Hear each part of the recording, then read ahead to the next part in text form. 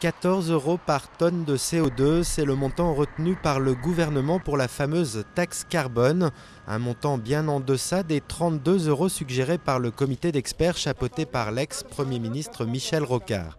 Cette taxe devrait s'appliquer principalement sur les carburants et le gaz, autrement dit quelques centimes de plus par litre à la pompe et pour ceux qui utilisent le gaz.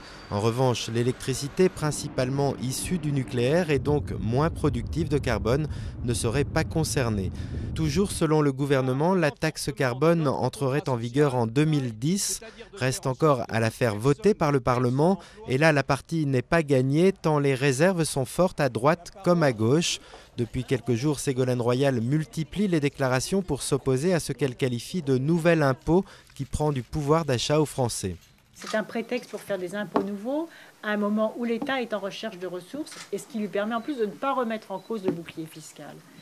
Même opposition du côté des patrons, ils ne veulent pas entendre parler de nouvel impôt sans compensation. Il pourrait y avoir des compensations sur les charges salariales, mais on peut imaginer aussi d'autres formes de compensation. Nous, on est tout à fait ouverts et je pense que d'ailleurs on fera des propositions dans quelques semaines. Le gouvernement, lui, tente de calmer le jeu en promettant qu'au final, pour les Français, la charge fiscale n'augmenterait pas.